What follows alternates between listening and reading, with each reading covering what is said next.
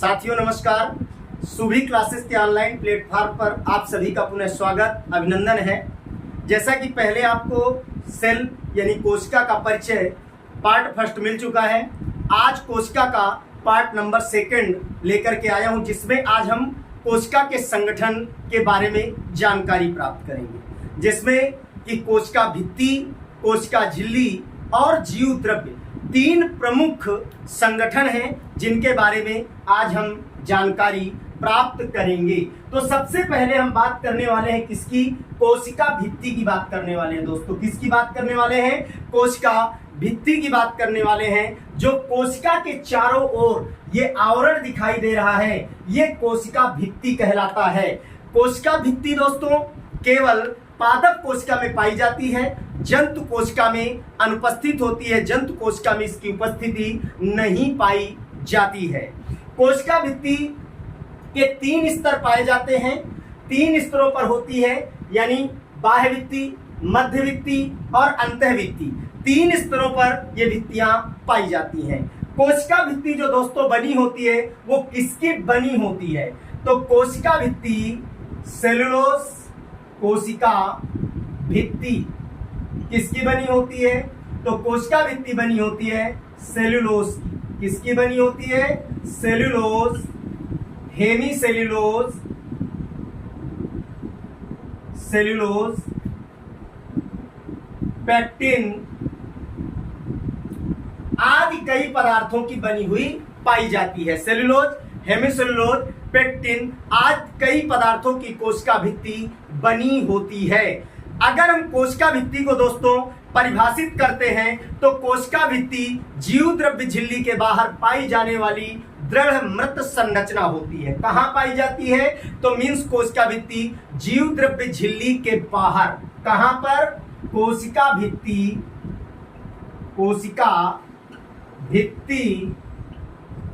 जीव द्रव्य झिल्ली के बाहर पाई जाने वाली दृढ़ यानी मजबूत और होती क्या है?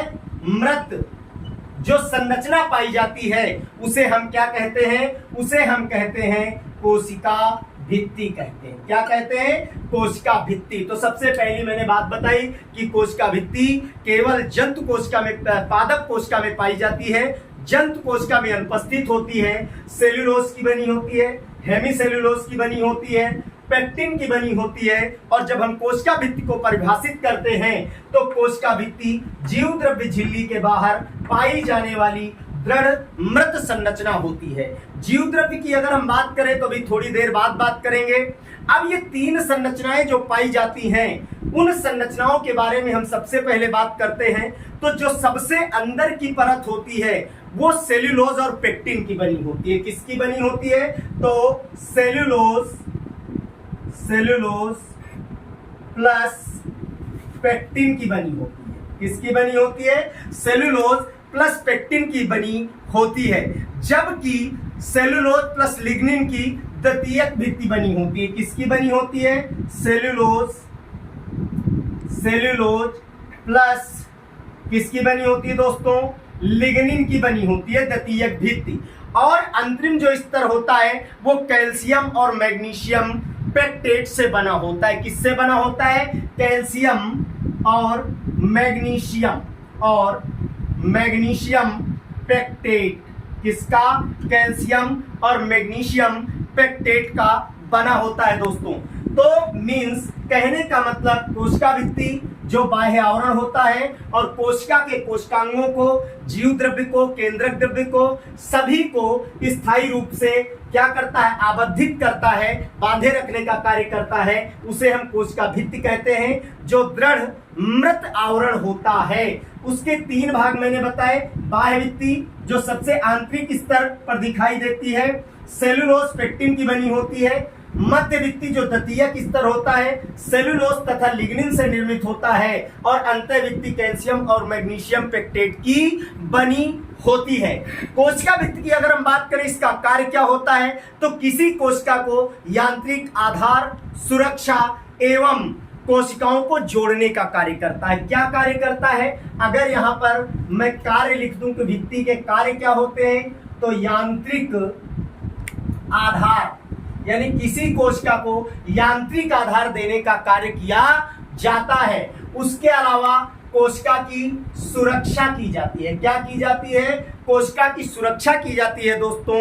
और उसके अलावा क्या किया जाता है? कोशिकाओं को आपस में जोड़ने का कार्य किया जाता है। किसके द्वारा किया जाता है?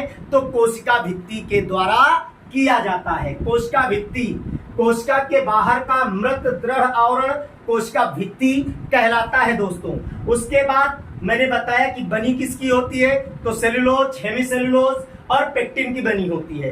कोशिका भित्ति होती क्या है? तो बाहर पाई जाने वाली दृढ़ मृत संरचना जो होती है वो दोस्तों कोशिका भित्ति कहलाती है। कार्य मैंने बताया, यांत्रिक आधार देना, सुरक्षा प्रदान करना एवं संपर्क स्थापित करना। किसके मध्य? एक कोशिका से दूसरे कोशिका के मध्य संपर्क स्थापित करने का कार्य किया जाता है। भित्तियां तीन प्रकार की हैं। बाह्य भित्ति मैंने कहा सेलुलोज और पेक्टिन की बनी होती है। मध्य भित्ति सेलुलोज और लिग्निन की बनी होती है। और उसके अलावा तृतीयक भित्ति जो होती है अंतः भित्ति, वो कैल्शियम और मैग्नीशियम पेक्टेट की बनी होती है। इसके अलावा एक संरचना पाई जाती है जिसका नाम होता है मध्य पटलिका, और मध्य पटलिका भी कैल्शियम पेक्टेट की ही बनी होती है। किसकी बनी होती है? कैल्शियम पेक्टेट की बनी होती है। दूसरे नंबर पर मैं बात करता हूं किसकी? कोशिका झिल्ली की। किसकी बात करता हूं? कोशिका झिल्ली की। कोशिका झिल्ली क्या होती है?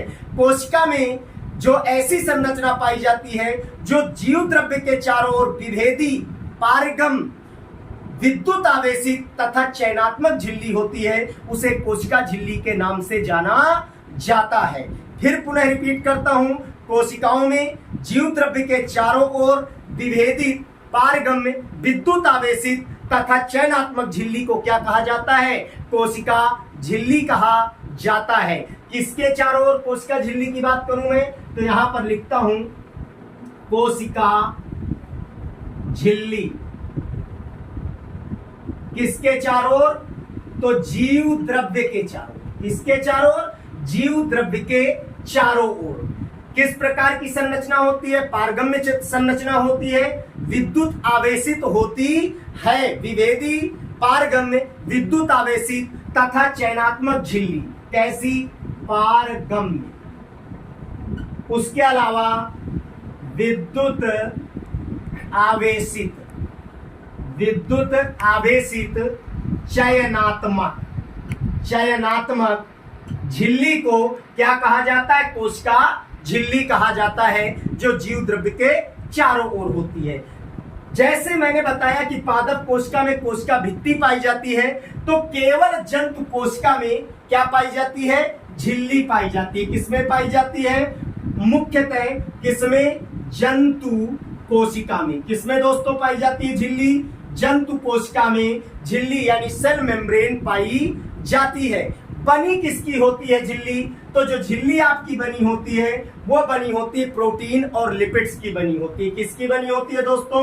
प्रोटीन प्लस लिपिड के द्वारा क्या होता है? इसका निर्माण होता है। प्रोटीन और लिपिड से आपकी कोशिका झिल्ली का निर्माण होता है, जो अर्धपारगम्य चयनात्मक होती है। ऑलरेडी मैंने आपको पहले बता दिया है कि जीव द्रव्य के चारों ओर ऐसा आवरण जो पारगम्य होता है, विद्युत आवेशित होता है एवं चयनात्मक होता है, उसे कोशिका झिल्ली कहा जाता है। रही बात कोशिका झिल्ली के बारे में एक मॉडल प्रस्तुत किया गया, वो किन वैज्ञानिकों के द्वारा मॉडल प्रस्तुत किया गया? तो वैज्ञानिकों का नाम है सिंगर और निकोलसन, जिन्होंने 1972 में तरल मोज़ेक मॉडल प्रस्तुत किया। क्या प्रस्तुत किया? तरल मोज़ेक मॉडल प्रस्तुत किया। किसने प्रस्तुत किया कोशिका झिल्ली के लिए? तो तरल मोज़ेक मॉडल किसने प्रस्तुत किया? तो 1972 में। वैज्ञानिकों का नाम है सिंगर प्लस उसके अलावा निकोलसन। इन दो वैज्ञानिकों ने क्या किया? मीन्स कहने का तात्पर्य है कि इस कोशिका झिल्ली के बारे में तरल मोज़ेक मॉडल प्रस्तुत किया और उन्होंने बताया इसके बारे में। और ये बनी किसकी होती है, तो मैंने कहा प्रोटीन और लिपिड्स की मुख्यतः ये बनी होती है। कोशिका को आकृति एवं सुरक्षा प्रदान करने का कार्य करती है। क्या करती है? कोशिका झिल्ली कोशिका को आकृति एवं सुरक्षा प्रदान करने का कार्य करती है। क्योंकि ये सब एक प्रकार के आवरण होते हैं, तो मैं साफ करके आपको बता रहा हूं कि किस प्रकार से कोशिका झिल्ली कार्य करती है। तो कोशिका झिल्ली आपकी मैंने बताया मुख्यतः किसमें पाई जाती है? जंतु कोशिका में पाई जाती है। किसमें पाई जाती है? जंतु कोशिका में। जीव द्रव्य के चारों ओर एक आवरण होता है जो पारगम विद्युत आवेशित चयनात्मक होता है। मीन्स कहने का मतलब अच्छे पदार्थों को तो ग्रहण करना, खराब पदार्थों को आने से रोक देना, यानी चयनात्मक होती, इसलिए इसको अर्ध पारगमिक चयनात्मक झिल्ली कहा जाता है। तरल मोज़ेक मॉडल 1972 में कोशिका झिल्ली के लिए सिंगर एवं निकालसन नामक वैज्ञानिकों ने दोस्तों प्रस्तुत किया। उसके बाद मैंने बताया कि कोशिका झिल्ली जो आपकी होती है प्रोटीन प्लस लिपिड की बनी होती है और केवल जंतु कोशिका में पाई जाती है। कार्य इसका मैंने क्या कहा? तो कोशिका झिल्ली के अगर मैं कार्य की बात करूं तो सुरक्षा प्रदान करना। क्या? सुरक्षा प्रदान करना और आकृति प्रदान करना, यानी कोशिका को आकृति, क्या चीज? आकृति प्रदान करती है, प्रदान करना, और उसके अलावा सुरक्षा का कार्य करना। किसका कार्य करना? सुरक्षा का कार्य करना। ये कोशिका झिल्ली के कार्य है। उसके बाद मैं बात करता हूं, अब अगले क्रम में जो संगठन में है वो बात करता हूं मैं जीव द्रव्य की। किसकी बात करता हूं दोस्तों? जीव द्रव्य की आप सबसे बात करता हूं। जीव द्रव्य कोशिका का संगठक है और जीव द्रव्य के बारे में अगर हम बात करते हैं तो मैं सीधा फॉर्मूला लगाता हूं कि जीव द्रव्य को इंग्लिश में प्रोटोप्लाज्म कहा जाता है और प्रोटोप्लाज्म शब्द जो दिया गया जीव द्रव्य अर्थात मीन्स क्या कहा जाएगा? प्रोटोप्लाज्म अर्थात ये जो शब्द दिया गया वो वैज्ञानिक किसके द्वारा दिया गया? पुरकिंजे के द्वारा। किसके द्वारा दिया गया? पुरकिंजे के द्वारा दिया गया प्रोटोप्लाज्म शब्द। जबकि जीव द्रव्य की मैं बात करूं तो एक वैज्ञानिक थे जिनका नाम था हक्सले। क्या नाम था दोस्तों? हक्सले। वैज्ञानिक का नाम था हक्सले। इन्होंने क्या कहा? इन्होंने दोस्तों कहा जीव द्रव्य जीवन का भौतिक आधार है। जीवन का भौतिक आधार है। किसके द्वारा कहा गया? हक्सले के द्वारा कहा गया। अर्थात किसी कोशिका का मुख्य रूप से तरल जो पदार्थ है वो क्या है? जीव द्रव्य है। अगर जीव द्रव्य नहीं है तो दोस्तों कोशिका डेड होगी, नष्ट होगी। इसलिए जीव द्रव्य जीवन का भौतिक आधार है। और प्रोटोप्लाज्म शब्द किसने दिया? पुरकिंजे ने दिया। जीव द्रव्य होता क्या है? तो मैंने परिचय में बताया था कि साइटोलॉजी के अंतर्गत कोशिका का अध्ययन करते हैं, अर्थात कोशिका विज्ञान कहलाता है, जिसमें मीन्स साइटोप्लाज्म। क्या? साइटोप्लाज्म माने क्या हो गया? तो अगर हिंदी में बोला जाए तो कोशिका द्रव्य। क्या हो जाएगा? कोशिका द्रव्य। उसके अलावा दूसरा मैं लिखता हूं, वो क्या लूंगा? न्यूक्लियोप्लाज्म। क्या लिखूंगा? न्यूक्लियोप्लाज्म यानी केंद्रक द्रव्य। क्या आ जाएगा दोस्तों? केंद्रक द्रव्य। अब अगर इनको इक्वल बराबर कर दें तो यही बन जाता है जीव द्रव्य। क्या बन जाता है? जीव द्रव्य यानी प्रोटोप्लाज्म बन जाता है। अब होता क्या है जीव द्रव्य?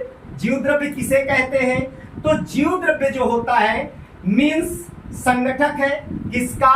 यानी कोशिका का। और जीव द्रव्य यानी जीवन का भौतिक आधार है, हक्सले ने कहा है। प्रोटोप्लाज्म शब्द पुरकिंजे ने दिया है। और उसके अलावा कोशिका द्रव्य प्लस केंद्रक द्रव्य बराबर क्या कहलाता है? जीव द्रव्य कहलाता है। और कोशिका भित्ति से घिरा हुआ जो तरल पदार्थ होता है वो क्या कहलाता है आपका? वो कहलाता है क्या? जीव द्रव्य कहलाता है। किससे घिरा हुआ?